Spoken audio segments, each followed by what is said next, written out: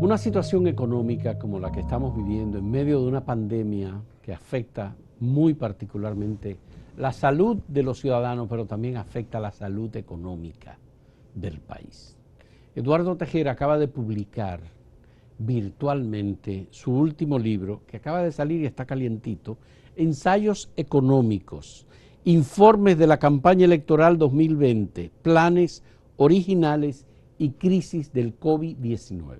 Es el primer libro que se publica sobre temas económicos en República Dominicana vinculado con el COVID más la reciente finalizada campaña electoral que hubo en República Dominicana. En pocos días estará en las librerías, especialmente en Cuesta, Centro del Libro, y le agradecemos a Eduardo Tejera que nos haya entregado una copia de este libro, que ya hemos leído parte de él, pero vamos a continuar leyendo, y que él haya aceptado venir a una conversación sobre la situación y perspectivas económicas de República Dominicana en medio de esta pandemia.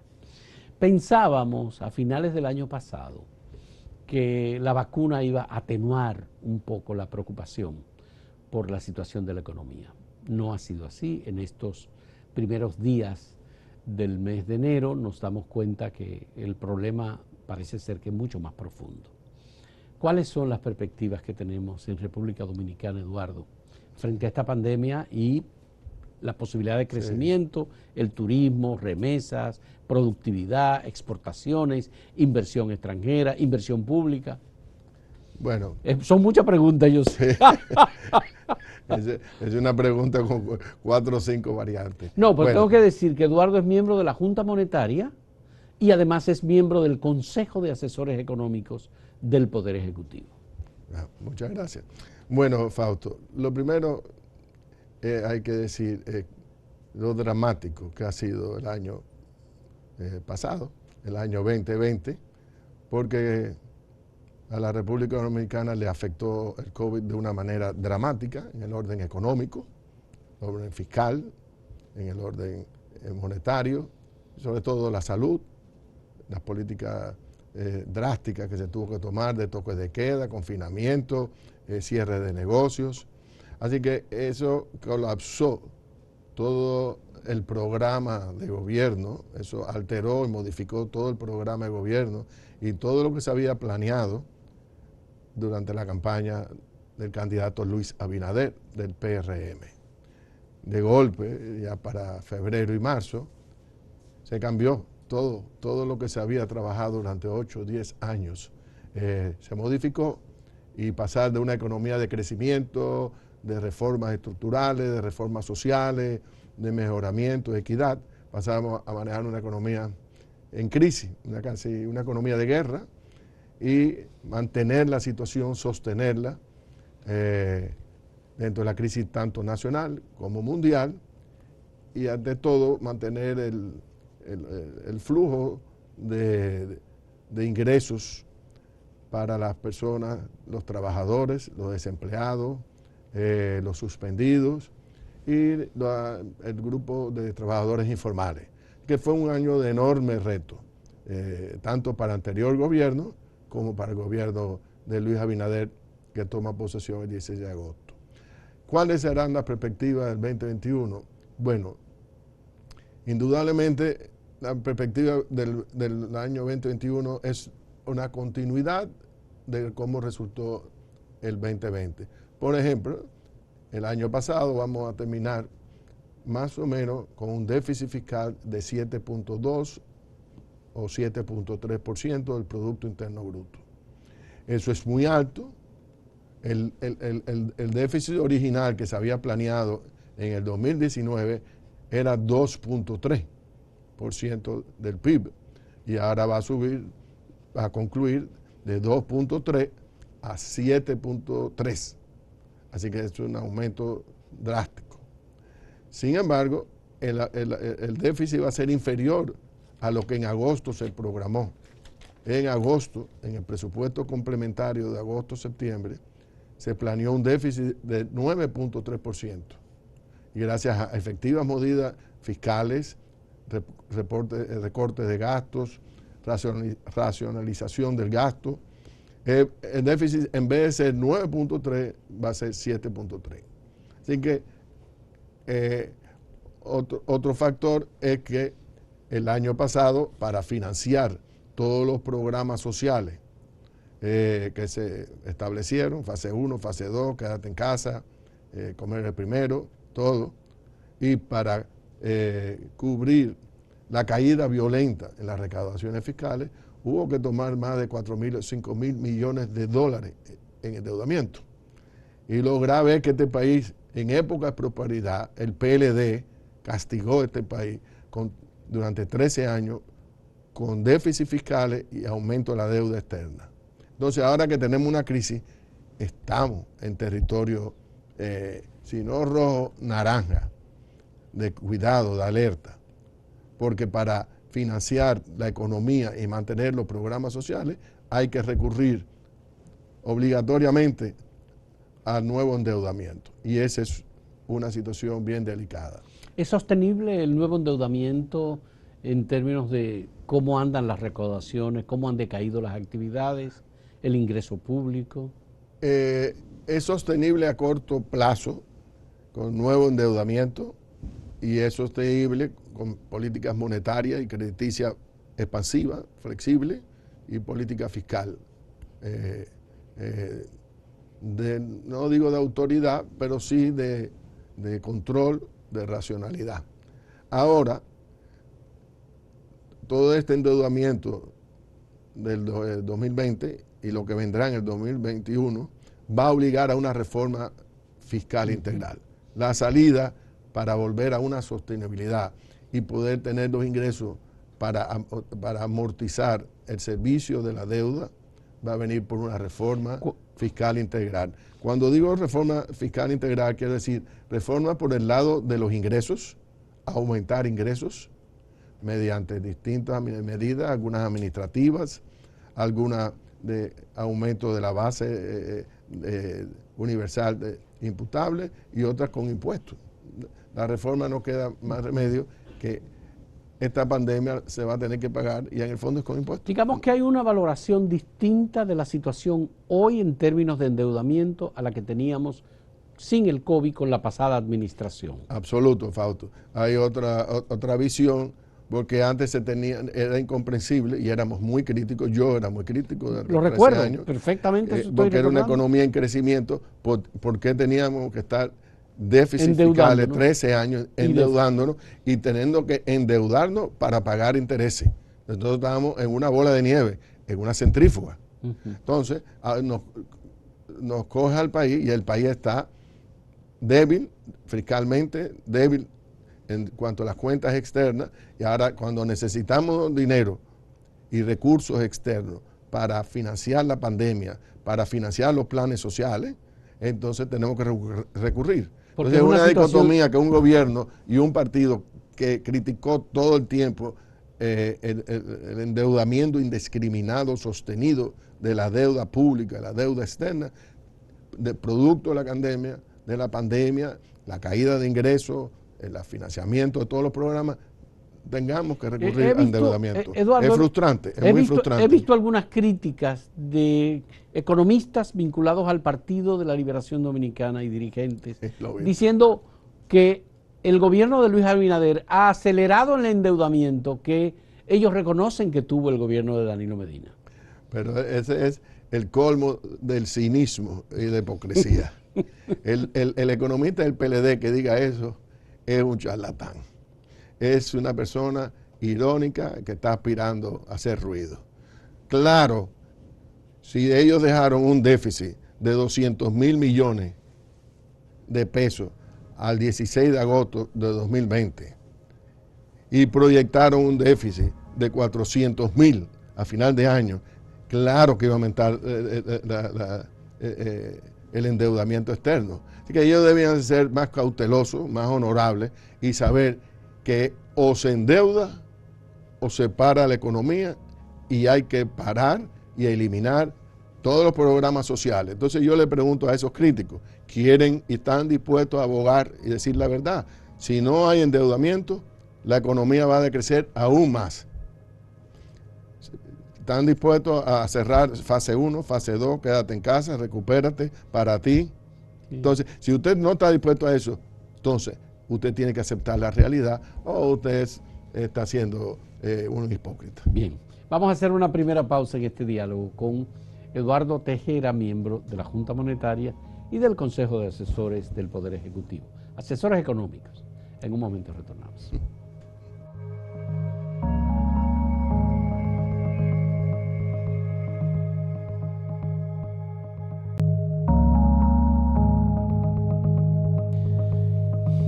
Eduardo Tejera, me sorprende que en medio de la situación de pandemia hayamos podido conservar control de la inflación, tasa de cambio, los factores, digamos, que afectan directamente el bolsillo de los ciudadanos, han estado más o menos controlados. ¿Cómo la Junta Monetaria, el Banco Central, cómo el mismo gobierno, cómo es que logran eso?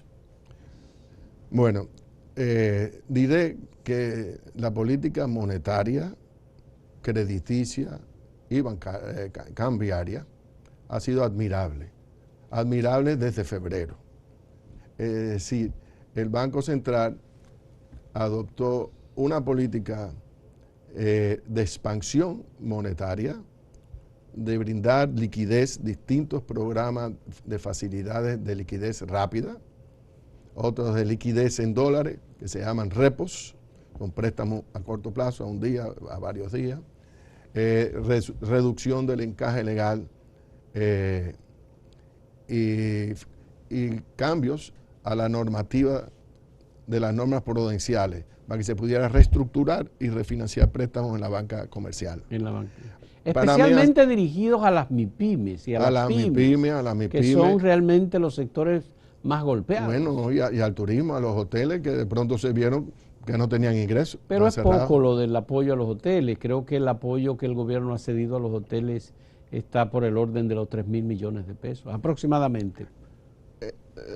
Yo creo que es más, Fausto. El gobierno quizás 3.000 millones de pesos, pero facilidades de liquidez y facilidades para que puedan reestructurar sus préstamos han sido mayores. Han sido mayores. En la banca. Muy bien. Ahora, lo importante a tu pregunta, quiero decir, que se mantuvo por un lado una política expansiva, crediticia,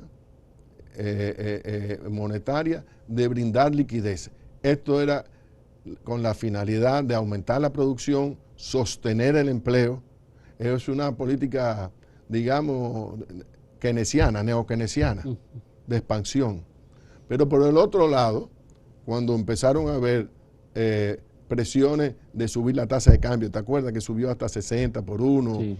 Entonces recogió e emitió certificados financieros, colocación para recoger dinero de circulando. Es decir, tuvo una política de expansión monetaria y de liquidez y una de contracción. Eso para mantener la estabilidad de precios, la inflación. No obstante así, la meta inflación del programa monetario es 4%, un punto más, un punto menos, y está terminando el año, o terminó, alrededor de 5% de inflación. Es decir, la inflación al final de diciembre es de alrededor de 5%, en el rango alto de la meta. Para mí no es alarmante, prefiero un rango alto de la meta, pero que haya liquidez para las empresas, para los planes sociales, para reestructurar préstamos, apoyar la producción y el empleo. Creo que la prioridad, como ha dicho el gobernador del Banco Central y los miembros de la Junta Monetaria, en concordancia con el presidente de la República, es primero la producción, primero el empleo. Sí. Y eso se ha mantenido. He visto que también el sistema monetario, la República Dominicana ha mantenido una solvencia bastante alta y que el Banco Central igualmente ha hecho esfuerzos para facilitar la fluidez de recursos que estaban contenidos en todos los temas de cámara de compensación, de facilidades, que tiene el Banco Central como recurso de política. ¿Eso realmente es posible mantenerlo? Sí, eso es parte, esas son las consecuencias e instrumentos encaje legal del programa monetario de expansión crediticia, monetaria y cambiaria. Al decir esas palabras se traduce en inyectarle liquidez al sistema, bajando el encaje legal, poniendo a la disposición 120.000 millones en fondos de liquidez rápida, en los programas repos, en las facilidades como hubo de tomar fondos de la AFP, de los fondos de pensiones. La idea de una política monetaria expansiva en el medio de una crisis es proveer liquidez, fluidez, que el sistema no se trabe por falta de dinero en circulación. Eso es lo que aconseja, digamos, la realidad en una situación de crisis. Eso es lo que aconseja. Pero es lo que tenía programado el PRM en su programa de gobierno, en el programa económico que tú conoces bien. Eso es lo... teníamos programado en el programa de gobierno medidas de reformas en el sector monetario y crediticio, pero más de reformas para mejorarlo, no para cambiarlo drásticamente. Lo cambia la pandemia, la crisis del COVID-19. Eso ya se va a estudiar en la República en varios años, el fuerte impacto, la revolución que ha causado en lo económico, en todos los aspectos económicos, la pandemia. Así que una cosa fue lo que se planeó como programa de gobierno, una cosa es la realidad que produjo la crisis de la pandemia. Hay algunos teóricos y economistas que entienden que en términos de reformas estructurales, este es un momento oportuno para hacer grandes cambios y que posiblemente se pueda plantear reformas estructurales en la economía. Sí. Bueno. ¿Qué piensas de eso, Eduardo? Estoy de acuerdo que este es un año que hay que tomar la agenda de las reformas. Ahora, hay una que tiene que concluirse, que se ha diluido mucho y no es una reforma tan profunda, que es la reforma eléctrica. La reforma eléctrica le han puesto los intereses creados ahí, le han hecho tantos recortes, que es una reforma suave, como dicen ahora, light. Como una Coca-Cola light. Sí. La reforma fiscal, que ya el presidente anunció para realizarla en 6 meses, es muy importante. Yo me conformo con una reforma fiscal sólida que produzca soluciones para los próximos años. Pero tampoco creo que va a ser una reforma exageradamente profunda e integral completa, porque en el medio de una crisis como de la pandemia, para junio o julio, no creo que tendremos una condición para hacer una revolución de una reforma fiscal. Aquí hay que hacer reforma fiscal. Pero en términos de reforma fiscal, por ejemplo, el presidente y el gobierno y los ministros han dicho que se va a tratar de conseguir el consenso. ¿Es inteligente o es apropiado plantear consenso cuando hay una reforma que tiene que afectar unos intereses y beneficiar a otros? La palabra consensus está muy de moda, de hace años. Y todos dicen, los gobiernos anteriores del PLD siempre estaban buscando las grandes cumbres, los grandes consensos, y nunca lo hicieron. Hicieron lo que le daba la gana. Yo creo que el consenso absoluto es imposible, porque nunca, cuando va a hacer una reforma, alguien va a ser afectado. Es decir, siempre, no puede ser que nadie es afectado, si no, no es reforma. No es reforma. Si no, no es reforma. Entonces, yo no creo que haya necesidad de consenso, pero sí una aceptación de los grandes temas. Ahora tiene que haber sacrificio, porque la reforma tiene que venir con equidad tributaria y social. La reforma tiene que aumentar los ingresos. Obviamente creo que deben aumentar los ingresos de aquella fuente de los que más ganan. Creo, aunque la expresión un poco política, pero creo que el más rico debe pagar más. Es decir, que los ricos deben ser los más... En diferentes variantes. Incluidos en esa reforma. Incluyendo el IPI, la propiedad inmobiliaria. Lo que no, y debe también buscar equidad en más impuestos directos que indirectos. ¿Cuál es la diferencia entre impuestos directos e indirectos? El impuesto directo grava los ingresos, la renta o el patrimonio del que lo tiene. El ingreso indirecto grava el consumo y eso afecta a toda la población general. Entonces no es verdad. Por ejemplo, algunos dicen hay que quitar los incentivos, hay que ponerle ITEVI a la canasta de bienes y servicios, la canasta familiar. Pero como un país con un sueldo de 12,000, 15,000 pesos mensuales va a agravar la comida. La comida. Eso no o la educación, por ejemplo. O la educación, o la salud. La salud, los medicamentos. Entonces, la reforma tiene que ser realista dentro del contexto social que vivimos. Bien, vamos a hacer una última pausa en este diálogo con Eduardo Tejera. En un momento volvemos.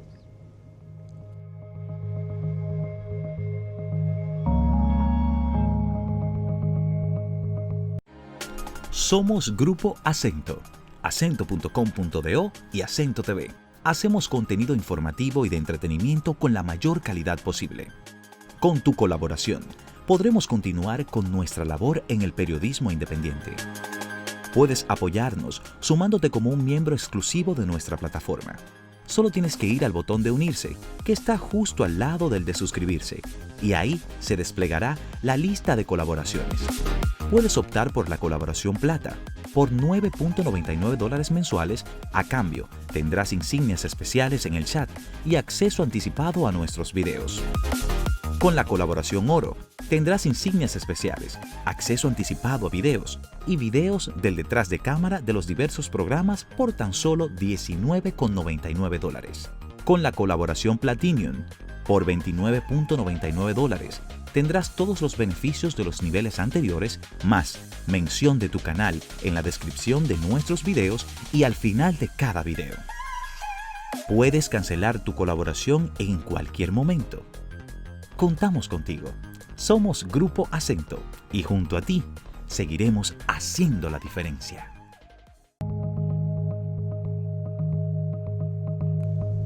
Cuando hablamos de reforma fiscal y que esa reforma tiene que, en primer lugar, prever un aumento de los ingresos del Estado para que pueda resolver y afrontar este déficit que se ha mantenido y que ha ido creciendo. Me gustaría saber cuáles serían los renglones en los cuales, si tiene alguna idea ya, el gobierno podría ir pensando en aumento de los ingresos. Ya ha dicho que en los incentivos que no se toquen. Por ejemplo, el sector turístico. Hay unos cálculos que se hicieron en la pasada administración que dicen que eran cerca de 200,000 o 300,000 millones. 237,000 millones de incentivos. En incentivos por año. Pero eso es un eufemismo. Eso es un criterio extremadamente fiscalista, de economistas fiscalistas.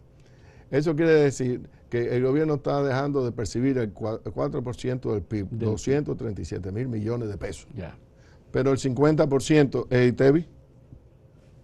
El 50% de esos 237,000 es ITEVI a la canasta familiar. Es ITEVI a los medicamentos.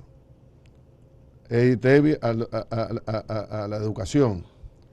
Y después, cuando es impuesto sobre la renta, es la exención que hay hasta 35,000 o 36,000 pesos mensuales. Entonces vas a gravar a todos los pobres y no a ricos. Ya. Ahí es donde me voy. Entonces, esa es una posición neoliberal, que era todo justo y todos iguales. Pero es una posición de la conservadores o de la derecha fiscal. ¿Dónde se define la naturaleza de una reforma fiscal? En el gobierno del presidente Luis Abinader. Ya vimos un intento con el presupuesto y se echó para atrás. Bueno, es una pregunta muy difícil, porque yo te puedo contestar con mis ideas personales y mis ideas que no comprometen ni a la Junta Monetaria ni comprometen al Consejo de Asesores Económicos del presidente. Puedo dar las ideas de Eduardo Tejera, porque las ideas del gobierno están en formación, están estructurándose, porque obviamente, como todo cuerpo colegiado, un gobierno tiene muchas personas de distintas ideas. Pero hay un equipo económico con distintas, que incluye al ministro de Hacienda, al ministro de Economía y Planificación, al gobernador del Banco Central, al director de presupuesto, a la superintendencia, Contraloría, no sé, no son muchos. No son muchos. Son muchos. No, pero ahí volvemos. En ese mismo equipo económico directo, y después hay otros equipos indirectos, en segunda línea, hay diferencias de criterio. Unos son de una reforma integral completa, ambiciosa, otros de una reforma parcial, y resolver los problemas de este año y el siguiente año 2022, y después algunos quieren grabar más, con impuestos el ITEVI. Pero eso es parte de la riqueza, Eduardo, eso es parte de la democracia y es bueno que haya diferencias. No, absoluto. Ahora, ¿quién dirige? El presidente, ¿verdad? El presidente dirige. La decisión final es del presidente, que como siempre se irá como filtrando, oyendo, auscultando, y irá formando su opinión a medida que avanza, y viendo siempre la viabilidad social y política. El presidente tiene un elemento que no tiene tan claro un equipo económico. Él tiene responsabilidad de la paz social y de la paz política del país. Así es. Pero además el presidente reúne una condición y eso doble, que él es economista y al mismo tiempo ha sido empresario y es empresario y ha conducido empresas. Por eso, y tiene la dimensión de la responsabilidad política, como tú has dicho, y social que le corresponde. Yo soy muy confiado que el presidente Luis Abinader, que reúne estos elementos bastante sui generis, ¿no? Economista, empresario, político, una nueva generación, él tiene personas al lado que van a buscar esa síntesis, van a evolucionar, a coger un poquito y lo mejor, porque es obvio que en todo gobierno hay diferentes opiniones, en todo siempre pasa. Lo pasa en una compañía privada, lo pasa en el colegio, donde hay dos personas hay tres opiniones, dicen. Entonces, ahora para eso está el líder. El líder es el que busca el factor de unión, el líder que busca la síntesis. Así es. Muchas gracias a Eduardo Tejera él es colaborador de Acento. Escribe, no tan frecuentemente, pero sus artículos en Acento. Y le agradecemos mucho que haya aceptado esta conversación. Es miembro recientemente instalado de la Junta Monetaria, del Banco Central y miembro del Consejo de Asesores Económicos del Poder Ejecutivo. Le agradecemos a Eduardo que haya aceptado tener esta conversación con nosotros. Muchas gracias, Eduardo, y muchas gracias a ustedes por la compañía.